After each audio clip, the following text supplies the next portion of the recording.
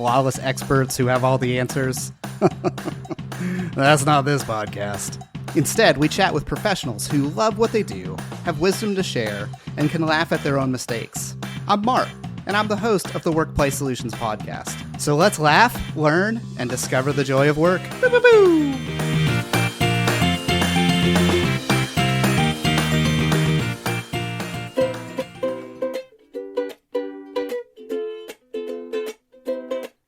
Hey, Mark.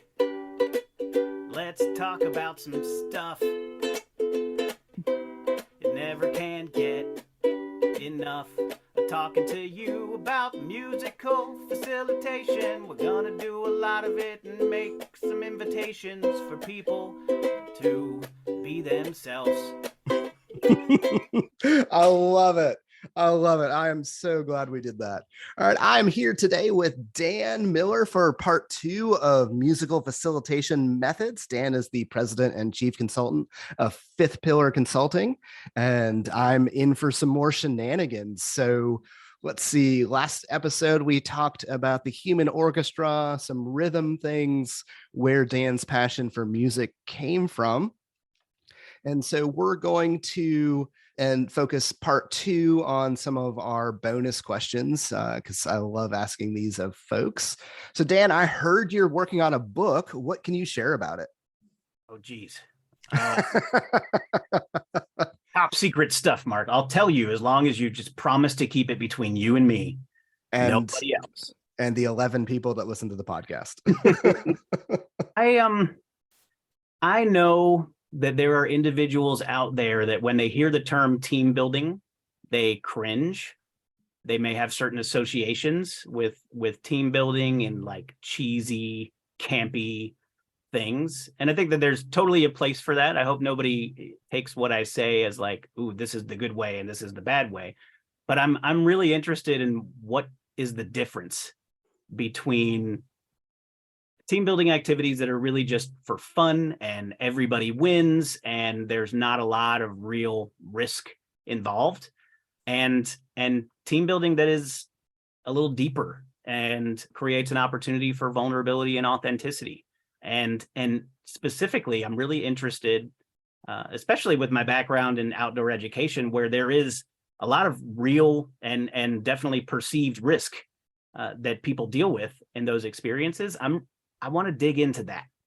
The book that I'm working on, the working title might be something like Skin in the Game, but I really want to explore activities and experiences where there is a real risk of failure or a real risk of kind of putting yourself out there and facing some judgment and evaluation from others, which is scary for folks. And I really believe that stepping into fear is an important piece of self-development.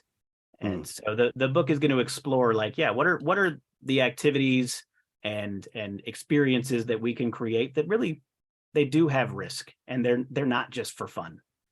They're for learning about ourselves and others, and they're for trying out things that may not work, or it may not turn out the way we wanted them to turn out.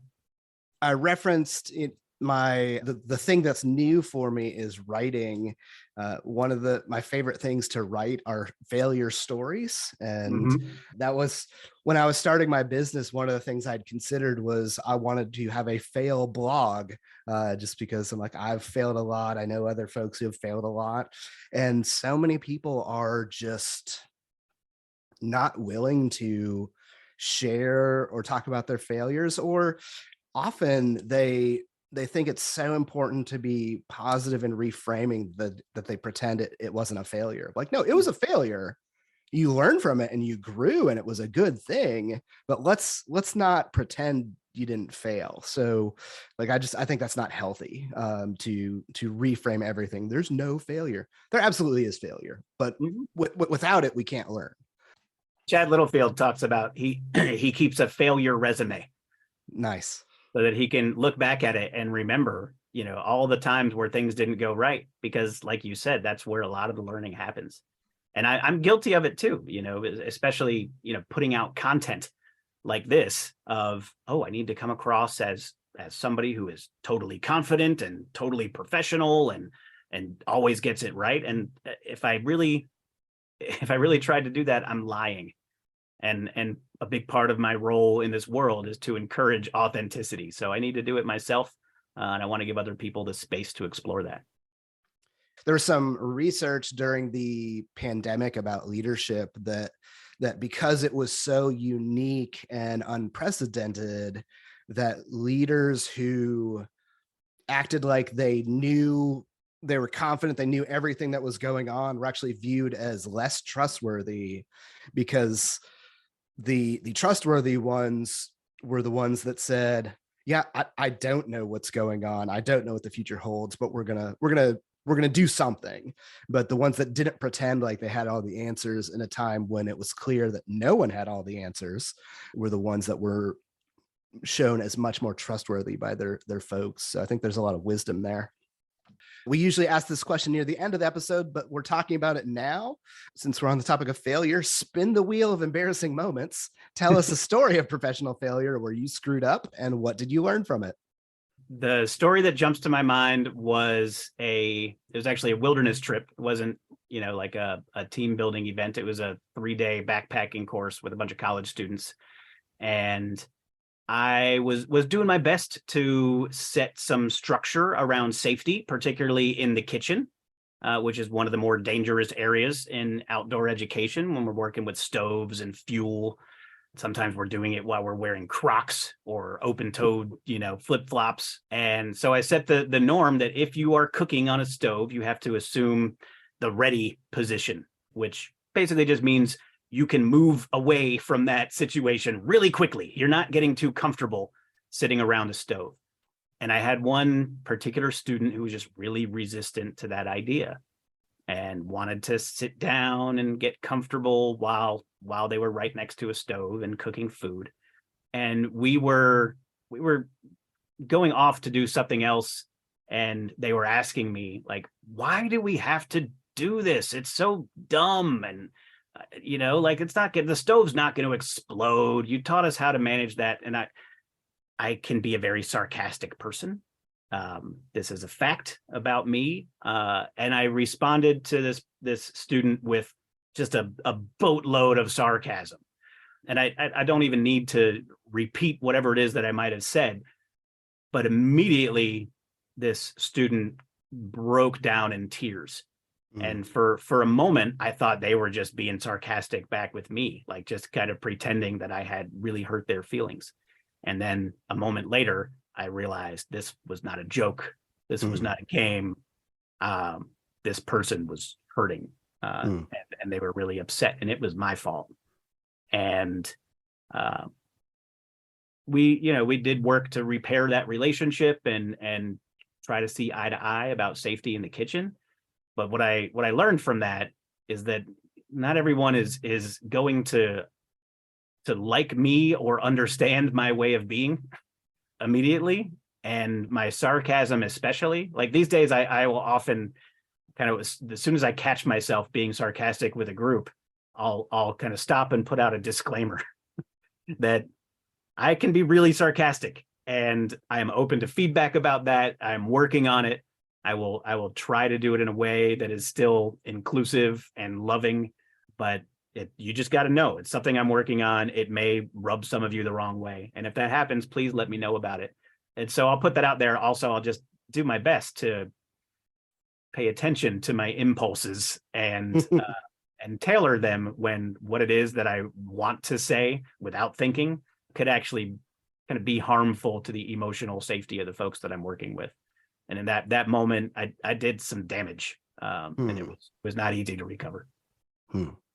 Have you found that folks respond to that positively, that self-disclosure of this is something I'm working on, and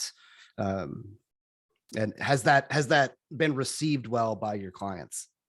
Well, my measure of whether or not that works is if people feel comfortable coming up to me and offering me feedback. Hey, when you were teaching that concept, you made this statement. It seemed like you thought it was really funny, and it wasn't funny to me, and this is why. And every time somebody feels comfortable enough to come and tell me that, I feel like I'm making progress, and I'm creating an emotionally safe space. and I'm learning and growing. Because I've worked so hard to create that space where people can be honest with each other. Like I said, I'm there with them. I'm not just there for them. And so I have a lot of room to learn and grow as well. I think that does open things up for folks. I meant to ask this question in part 1 of the episode, so I'll go ahead and ask it now. But why does music make experiences better? Like, what's the secret or the magic there? It's a great question. I think it's a few things. Music creates atmosphere. Like a lot of, I think the work that facilitators do is creating space. Sometimes, for deeper work and more challenging conversations, like our job is really to create a safe space or a brave space or just a container where we can have those conversations without censoring ourselves or judging ourselves or holding ourselves back. And I think that when you start to create a little bit of atmosphere with music, with literally the sound and the feeling that is around you, it starts to move the needle in that direction. That like, okay, like I talked about earlier, like, okay, this is a safe place to try stuff. I think music really helps create that atmosphere. I know for me and for a lot of folks that I talk to is many of us have a certain song or several of them that when we hear them, like we literally get goosebumps or, it evokes certain emotions. And that's something that I like to see at my events is like, let's bring some things to the surface, happy, sad, anywhere in between. And music can really help do that. Just asking folks to, hey, turn to your neighbor and have a conversation about a song that gives you the feels. And maybe that's a certain memory that you have associated with the song, but just taking it to that place, it opens doors. So that's one of the reasons why I really like it. I also mentioned, I think that it allows us sometimes to get out of our heads and into our bodies. And I appreciate that. I think others appreciate it too. Sometimes if we spend too much time in our heads, we find there's a lot of judgment there and it keeps us from participating fully. But if we just get in touch with like how we feel and let our bodies do a little bit more of the work than our brains, it also just it moves the needle towards more authenticity and more fun and more playfulness. In I think the last thing is that music is bigger than any one individual. Even if you're just listening to one person singing a cappella, it's bigger than what that one person is doing because there's an audience. And because that audience is going to have an experience based on the music that they're hearing and that they're feeling at that particular moment. And I believe when groups of people get together, the sum, the sum is greater than the parts of the whole. I'm getting that all wrong, but you know what I mean? Like what you create is bigger than just the contributions of each individual. And I love that concept. And I feel that when we're making music together. Love that. A couple thoughts on that. One, if you're enjoying the conversation around, music and how that helps make really interesting experiences, you'll enjoy episode 45 and 46 with Billy Boughey and Specie, who talked a lot about having that party-like atmosphere at big events. Two, that uniqueness of music. I'm thinking of my friend Joseph Cook, who loves to have participants like write down one or two of their favorite songs at the beginning of a workshop, and then on a break he goes and puts those on a Spotify playlist, and that's the background music for an event. So every event has you're writing that down, aren't you? I'm gonna steal that. That's a great idea. But it shows a hospitality kind of thing for the environment, saying I'm making this feel like home or feel comfortable, and I'm willing to listen to you. But two, it's just fun, and it is challenging to find music that everyone likes and not just play the same couple songs that everyone likes. So, and then lastly, not lastly for the podcast, but lastly on that idea, if you are a trainer or a corporate trainer or a manager or someone who is interested in learning more about crafting these learning environments, check out our Bring Training to Life workshop, which is a full day workshop that we have where we talk about the secrets of experiential learning and how to build a catalytic event and how to lead activities and craft that environment that folks feel safe and comfortable to learn in. So that's something that WorkPlay Solutions offers. You can see that on the workshops tab of the website. All right, so I'm done shameless promoting for now. A couple more questions here. Mark, can I interrupt you for a second? Because what you just said brought a few things up. Okay. One, yeah, I did like 3 things in a row, so I'm sorry. I want to confess that the song that does it for me more than any other song is from the more recent Muppet movie remake, the first one with I think Jason Segel and Walter, the cute blue Muppet, and they go to visit Kermit, and Kermit's like living alone in a big mansion, and Miss Piggy has left him, and they're like, "Hey Kermit, we need to get the band back together and make it all happen." And Kermit sings this song called "Pictures in My Head." Gotcha. Is there more I could have said? And he goes looking at all these pictures of the other Muppets, and right now, like, I'm getting goosebumps, and if I listen to the song, I will cry. I can't help it. It will happen every single time. My family knows it, and they sometimes kind of weaponize it against me just for fun. But that's the song for me. And I remember being in a workshop, an AEE workshop, Association for Experiential Education, with Lorilei Dreibelbis, who does some amazing work on neurodiversity and sensory differences. And, I walk into a lot of workshops and it's just quiet. There's maybe the hum of an overhead projector, and there's people milling around waiting for things to start. I walked into her workshop, and there was soft music. There was the smell of lavender in the air. Oh, wow. And everywhere I looked, there were just beautiful, colorful things. And it was at that moment that I really began to understand the power of incorporating more of our senses into the work that we do. And especially being very aware of how we do that, because, there's quite a spectrum of sensory differences out there that if we're not attentive to, we can overload them or we can underwhelm them. And so paying attention to all of our senses besides just like, hey, look at me and listen to me, is something that experience taught me a lot. One more thing. Oh yeah, no, share your thing, because I have a follow-up thing based on what you said. So this is the good kind of conversation. I love it. When the most recent iteration of the Human Orchestra that I did was at a conference of about 400 franchise brokers. It was the FBA, the Franchise Brokers Association down in Florida. And the conference started at 9 a.m. And my mission was to energize the audience and build up some enthusiasm. So at 9 a.m., we started the opening keynote, which was me. And it started out with a little hand pan performance, which is this drum that's actually behind me right there. Beautiful, beautiful instrument.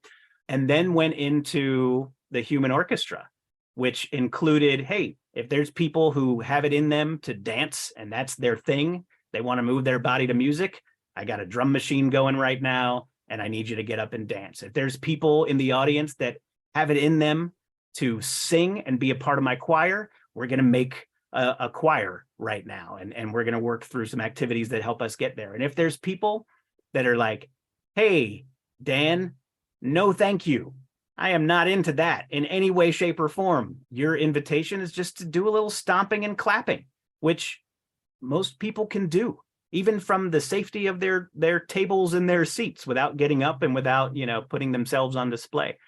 And by 9:30 in the morning, I had a room full of people dancing, singing, stomping, clapping, cheering, like ready to engage in that conference. And it was like mission accomplished. And it was 9:30 in the morning. And I don't know any other way that I could have accomplished that besides bringing music into the equation. Love that. I'm thinking, that got me thinking about musical activities that I love. Probably my favorite is one I learned from the wonderful folks at High Five. So I can't remember if this was Phil Brown who taught this one or someone else. It was a number of years ago at ACCT. And sorry, Phil, I don't remember what it's called, so I just renamed it Dancing with Scissors, because you can't run with scissors, so you dance with them.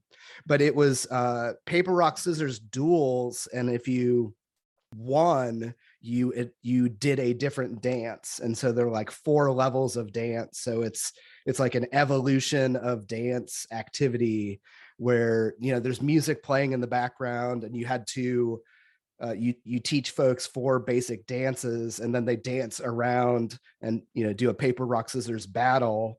And if you win, you move up to the next level of dance. If you lose, you drop a level. And they're all like very easy things, except for like the highest level is just, you know, freestyle, you know, dance whatever you want. But everybody's dancing. And every time I lead this, like folks, you know, like, hey, I say, hey, we're going to dance. They say like, whoa, hold on. And I think probably some of the same, you know, reactions that resistance you may get when you're doing the music things. But then, you know, as soon as we put on a song and they start playing, you know, all of that goes away and they're just having fun. And so I love that activity. So thank you, High Five. You can feel free to let me know what that's actually called, but I think Dancing with Scissors is a good name. So we'll call it that. Great name. Certainly raises some eyebrows. And yeah, that's the kind of magic that we get to create when we incorporate more of our senses into the experience. All right, so we got time for 2 questions. So who is someone that has helped you or supported you in your career? And let's thank them by name. Yeah, I'm excited to offer a shout out to one of my best friends and partners in a lot of the work that I do, Jeff Goldberg, who operates Live and Learn Consulting. I remember really the day that I started my business was not from a place of like, I've always wanted to do this. I'm so excited. It was from a place of absolute desperation. I had lost my job and I didn't have another one. And it was a really scary time.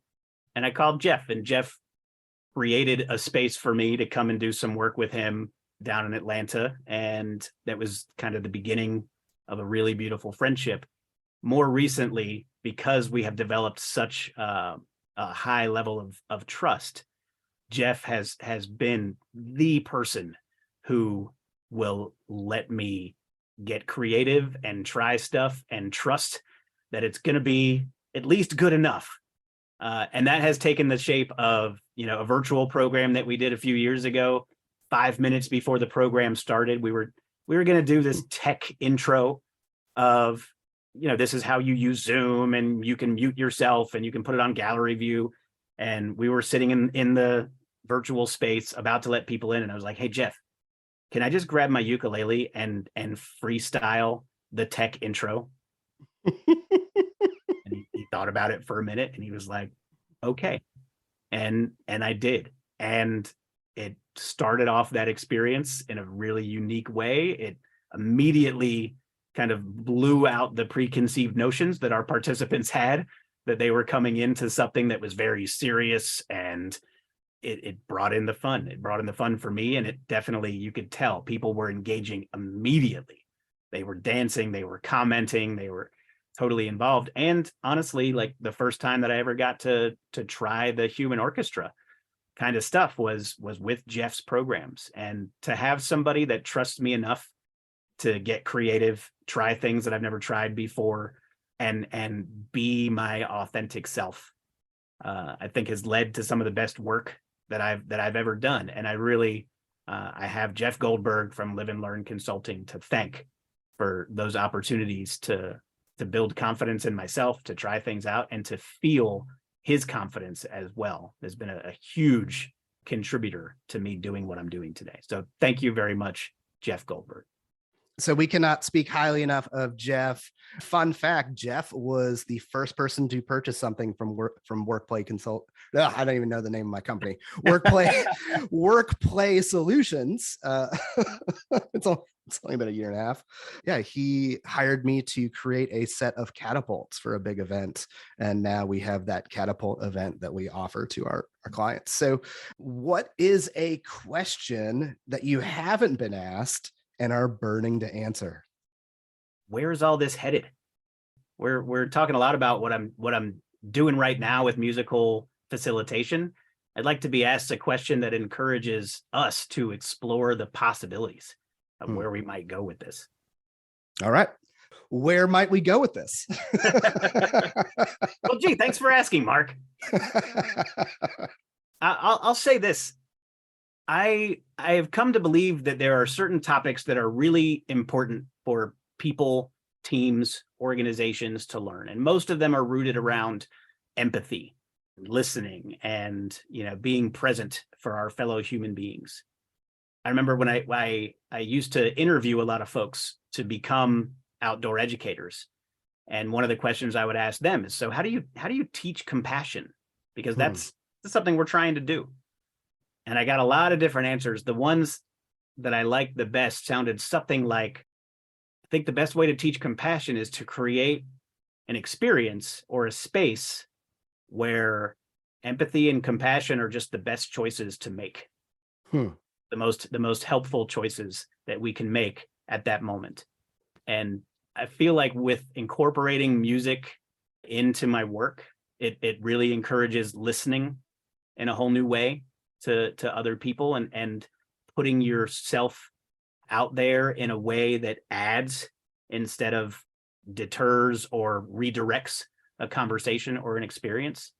And so what I really hope to accomplish in my work is to create space where empathy and compassion, both for yourself and for others, is the obvious choice and gives people that experience so that they can bring it with them wherever they go. I want more of that in the world. I think you're probably with me in that sense. And that's where I want to go with this. I want to do work that's fun, but at its core, I want to create empathy. I want to create moments of joy so that other people they feel good about themselves. They feel good about their teams, and they take that with them wherever else they go. I can't talk. Love that. I'm fighting a cold. We'll do final thoughts and where can people find you? So where can people find you? We'll do that one first. So how do we contact or view what's going on in Fifth Pillar Consulting world? Yeah. www.fifthpillarconsulting.com is a really good way to get a sense of what it is that we do here. Any AEE conference, Association for Experiential Education, you're probably going to find either me or a representative of Fifth Pillar, because I love supporting that organization. I love that community.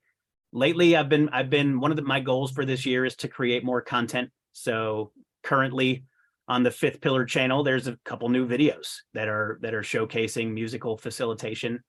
I encourage folks to find those, share those with other people, because there's not a ton of people that are doing what I'm doing. And I also think it's what I was born to do. And so hopefully down the road, you're going to find me at big events with lots of people who are looking for some energy and some playfulness and some fun, and who believe that making music together is the way to accomplish that. Those videos, is that YouTube? Is that LinkedIn? Where would folks find those channels? That's a great question. I'm not great at marketing. LinkedIn is my primary source for putting stuff out there. And there's a ton of Dan Millers in the world. So I encourage you to, pair your search with musical facilitation or Fifth Pillar Consulting, and then you'll probably find the stuff that I'm putting out. Awesome. So what would you like to leave our audience with? What's your final thoughts? Well, one, I just want to appreciate you, my friend, for the opportunity to talk about things that I'm excited about. When I get excited about stuff, I need to share. I need everybody to know it's just a part of who I am. And so thank you very much for giving me that platform. And, to anybody who's just interested in exploring the possibilities of music and fun and playfulness in the realm of personal development and team development, I want to extend the invitation. The first consultation is always free. And I really enjoy being of service to others. It doesn't have to be business, but it, does have to be authentic. So come to me with questions, come to me with ideas. Let's brainstorm, come to me with goals, and I'm happy to help you find a way to achieve them. I think I'll leave it at that. Well, Dan, I am also very thankful for you. When I was starting my business, Dan, I think you were about a year into yours. And so you had a very unique window into starting your own business in this field. And so I asked you like 1,000 questions while you were trying to do something else, and you answered them. So thank you. And, one of the biggest things that Dan encouraged me to do was just put myself out there, whether I felt polished or not, and not wait until everything was perfect, but just, do what I know how to do. And I'm thankful for that. So my guest today has been Dan Miller of Fifth Pillar Consulting. We've had plenty of shenanigans, but also have talked about musical facilitation, experiential education, and leadership development. And as this is the final episode of season 3, thank you all who have enjoyed this season. I will put out an update when we know what season 4 will be, or I guess when we know the release date and theme of season 4. So thank you all. Cheers. You can say bye, Dan. Bye, Dan. Love it. If you enjoy this podcast, please leave a review, tell a friend, give us a gold star, or call my grandma. And if you want unforgettable events and training that's fun, like for real fun, get started today at WorkPlaySolutions.com. I know I want that.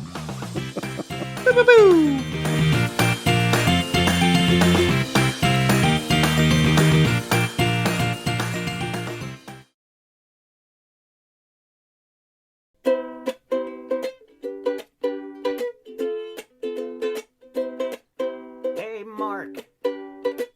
Let's talk about some stuff.